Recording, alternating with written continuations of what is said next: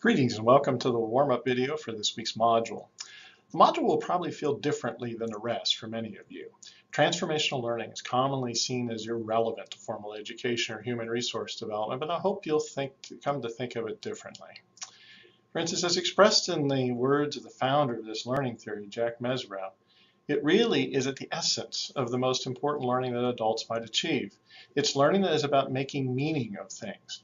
Most importantly, it's about learning experiences that challenge the frames of reference upon which we make meanings, and the idea that most adults will feel a need at some point to commit to their own beliefs and values about the meaning of experiences, independent of what others tell us to believe. And then as much as these beliefs and values underline how we do our work and how we direct our learning, they are the cornerstones of how lifelong learning progresses. Just really two fundamental objectives in our module for this week. One is we want to understand transformational learning well enough that we can distinguish this learning theory from the traditional learning theories that we explored a few weeks ago. And secondly, I'm hoping that you'll be able to explain the importance of transformational learning in adulthood, and perhaps being able to include your own reflections on transformational learning experiences that you've had. So to start out, to kind of get into the frame of mind for thinking about transformational learning, let me ask you a few questions. What is your worldview, the way you see things as being or should be? What is your lens for seeing things in the world around you? What is your frame for understanding and explaining what you know and what you see? These questions seem kind of deep, philosophical, and abstract, perhaps, but these are the elements of the mind through which we make meaning of what we experience and plan our actions around associated beliefs. These are our meaning structures. And have you ever encountered situations that cause conflict and confusion with regard to your meaning structures? Have these situations in some way caused you to change your beliefs or values in a fundamental way? Have your actions changed as a result? If so, you have gone through a transformational learning experience. Transformational learning, sometimes called transformative learning, is a theory of adult learning that was developed by Jack Mezirow, a sociologist and adult education researcher at Columbia University. Recalling that theories are efforts to explain a phenomenon, it is useful for us to examine how Mezirow defined the phenomenon of learning. He wrote that learning is defined as the social process of construing and appropriating a new or revised interpretation of the meaning of one's experiences as a guide to action. Transformation itself is that process referred to by Mezirow, whereby meanings are changed in ways that guide a change in our actions. Mezirow's theory begins with appreciating our meaning structures as two frames of reference.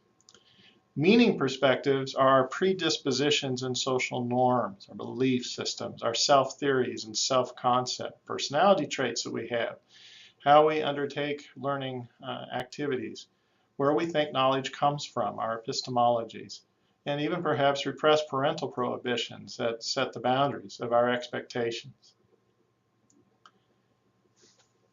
The other frame is the meaning schemes, and these are more specific judgments and actions that are manifestations of our meaning perspectives.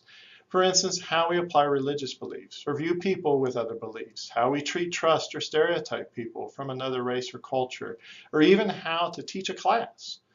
All of these things based on our meaning perspectives. Mezirow then considered how these frames or meaning structures change during learning.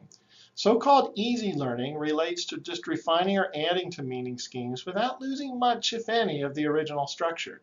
Some researchers suggest that these sorts of learning changes are a natural part of maturation through life. The more substantial and difficult learning is the wholesale change in meaning schemes and, even more critically, transformations in the meaning perspectives that underlie these schemes.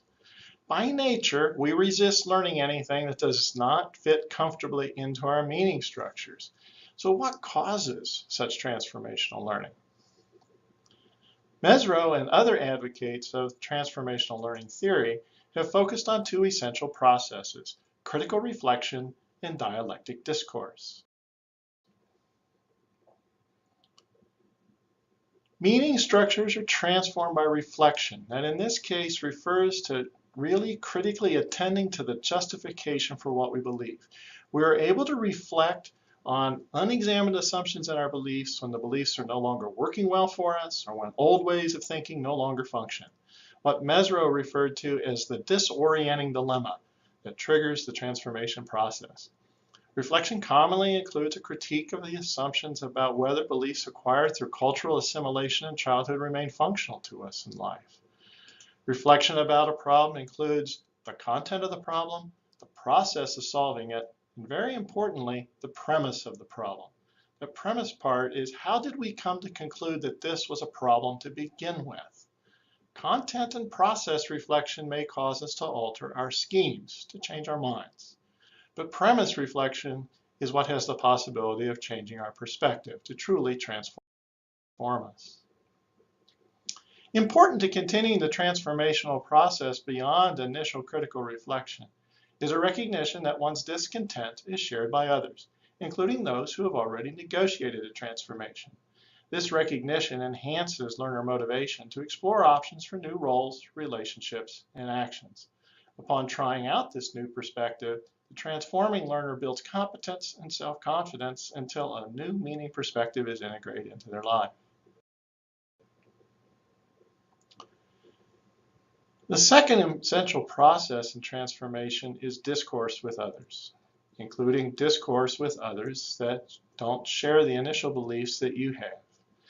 Discourse is necessary in order to determine the valid justification for an existing belief or the justification for transforming beliefs. In particular, dialectic discourse, as advocated by Plato and Aristotle, who are illustrated here, is what is required. Dialectic discourse is a dialogue that focuses on justifying beliefs by giving and defending reasons and examining evidence for and against competing viewpoints provided by another person. To be successful, the dialogue has to avoid the typical focus in such conversations on competition, confrontation, and presenting oneself as being right. Dialectic discourse requires setting aside bias, prejudice, and personal concerns to really be able to think about what the other person is saying and reflect on why they have points of view or beliefs that are different than yours. Your text author, Sharon Merriam, has published extensively on transformational learning. She argues that in order to engage in the essential elements of critical reflection and dialectic discourse, a person must have a high level of cognitive development. A dialectical thinker can appreciate the contradictions, accept and even contribute to the process of transformation, and transform his or her roles and commitments to knowledge and meaning.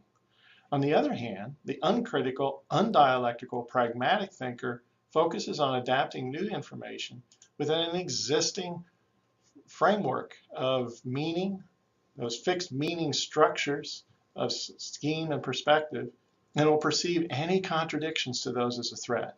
He or she will probably react by denial, entrenchment, and other manifestations of cognitive rigidity, which are likely to interfere with transformation.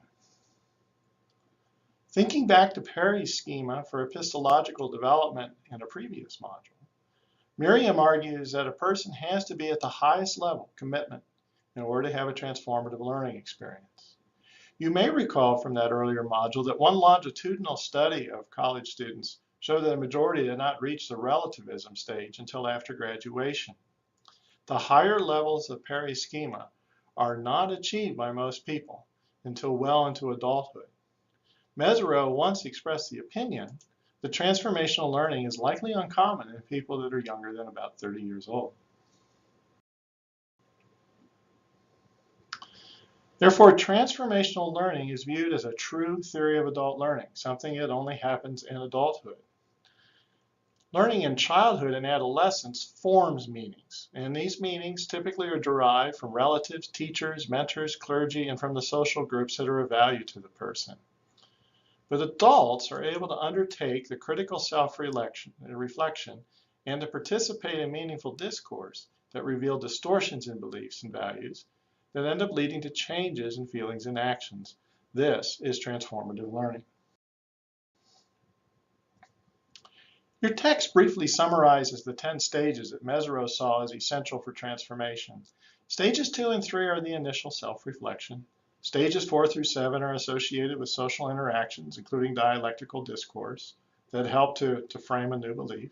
And stages 8 through 10 are the transformational process itself, the acceptance and practice of the new meaning structures. Stage 1, the trigger for transformation, has been somewhat controversial. Mesereau saw it necessary for the triggering event to transformational learning to be something akin to emotional trauma, what he called a disorienting dilemma that was so substantial that it caused a complete critical reappraisal of a person's meaning perspective. Other researchers suggested the process of transformative learning begins when novelty, neither anticipated nor planned, breaks into life. This novel experience may be abrupt or gradual, and may or may not be a crisis or cause extreme discomfort. So this brings us to the end of this week's warm-up. And as you undertake your reading assignment, including an optional opportunity to read an essay that I've written about my transformative approach in my beliefs about teaching, here are some things that you might consider in your mind as you're accomplishing these assignments and preparing your 4R. Think about whether you've experienced transformation in your meaning structures. And if so, how did it feel? Particularly, how did it feel at the beginning? Did you feel that disorienting dilemma? And how did it feel at the end? Have you ever engaged in a truly dialectic discourse with someone espousing a different belief? And if so, how were you able to keep it from being confrontational? I look forward to seeing how you engage with the topic of transformational learning this week as I read your 4Rs. Adios.